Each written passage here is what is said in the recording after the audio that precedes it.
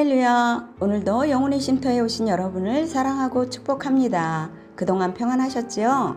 오늘은 시편 39편 하나님께 소망을 두세요 라는 말씀으로 은혜를 나누고자 합니다.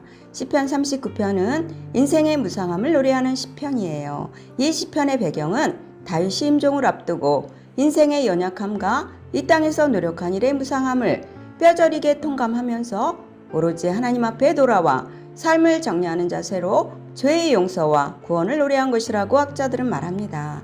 다시 말해 한 사람의 인생이 얼마나 성공적이었는지, 그의 인격이 얼마나 성숙한 것인지는 임종 때 가장 진실하고 정확하게 드러나는 법입니다. 그런데 이 시에서 다윗은 인간을 향해서는 선악간에 침묵을 합니다. 오로지 하나님을 향하여 회개와 구원을 바라고 있어요. 이 모습은 다윗의 일생에 높낮이는 있었지만 그는 근본적으로 신앙인의 삶이기 때문이에요. 따라서 시편 39편은 인간이 얼마나 연약한 존재이며 얼마나 짧은 인생을 사는지를 근거로 하나님께 고백하는 시편 39편이 주는 교훈을 살펴봅니다. 첫째, 종말과 연한을 알려달라는 기도예요. 시인이 간구하는 것은 단지 인생의 무상함에 대해 알려는 것이 아니라 지금 겪고 있는 고난의 날이 얼마나 지속될지 알려달라는 것입니다. 따라서 중요한 것은 자기 자신의 문제예요.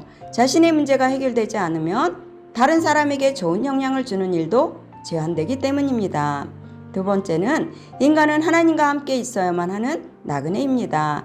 나그네라는 말은 하나님이 함께 하실 때 존재의 의미와 목적이 빛을 보게 되는 인간 실존을 드러내는 표현이에요. 인생의 날은 한뼘 손 너비에 불과하므로 영원하신 하나님 앞에서는 없는 것이나 다름이 없으며 인간이 굳게 서 있다 해도 그것은 허사일 뿐입니다. 분주하게 살아가도 그림자와 같은 것이 인생이에요. 그렇기 때문에 인간은 하나님과 함께 있어야 합니다. 세 번째는 우리의 소망은 하나님께 있습니다. 시인은 바랄 것은 하나님밖에 없다고 말하며 시인이 부른 하나님의 호칭이 히브리어로 아도나이 곧 주님입니다. 이 말은 하나님이 자신의 주인이심을 분명하게 보여주는 표현이죠.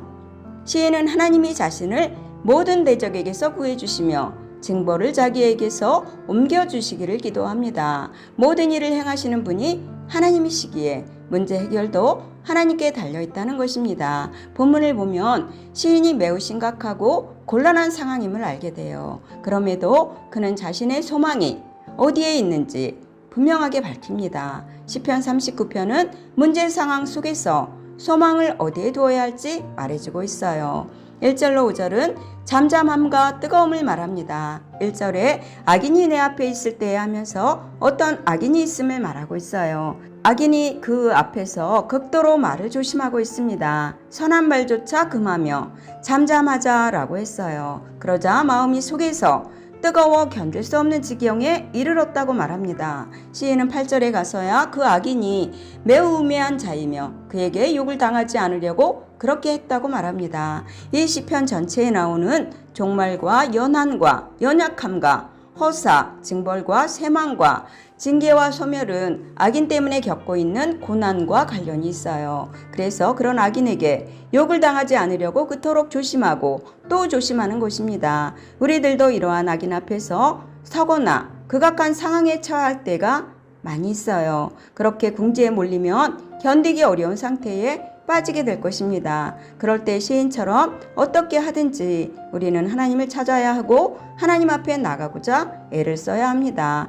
6절로 11절은 그림자의 소망을 말합니다. 시인은 자신을 포함해 모든 사람들이 그림자 같은 존재라고 말하고 있어요. 어떤 사람이든 하나님이 죄에 대한 책임을 물어 책망하시고 징계하신다면 그 사람은 헛된 존재가 되고 그의 영화도 조미 먹은 옷처럼 소멸될 수밖에 없다는 것입니다. 그러기에 자신은 오직 주님께만 소망을 두고 있다고 고백하면서 주님은 자신에 대한 징벌과 치심을 옮겨주시기를 간구하고 있어요. 주변의 사람들이 뭐라고 하든지 시인은 하나님이 사람에게 평안도 주고 환난도 주고 복도 주고 화도 주시는 주권적인 존재임을 알기에 이렇게 하나님께 매달리는 것입니다. 욥기 2장 10절에서는 욥은 말하기를 우리가 하나님에게 복을 받았은즉 화도 받지 아니하겠느냐라고 합니다. 그러므로 온통 암흑뿐인 것 같은 순간에도 우리는 하나님께 소망을 두어야 합니다.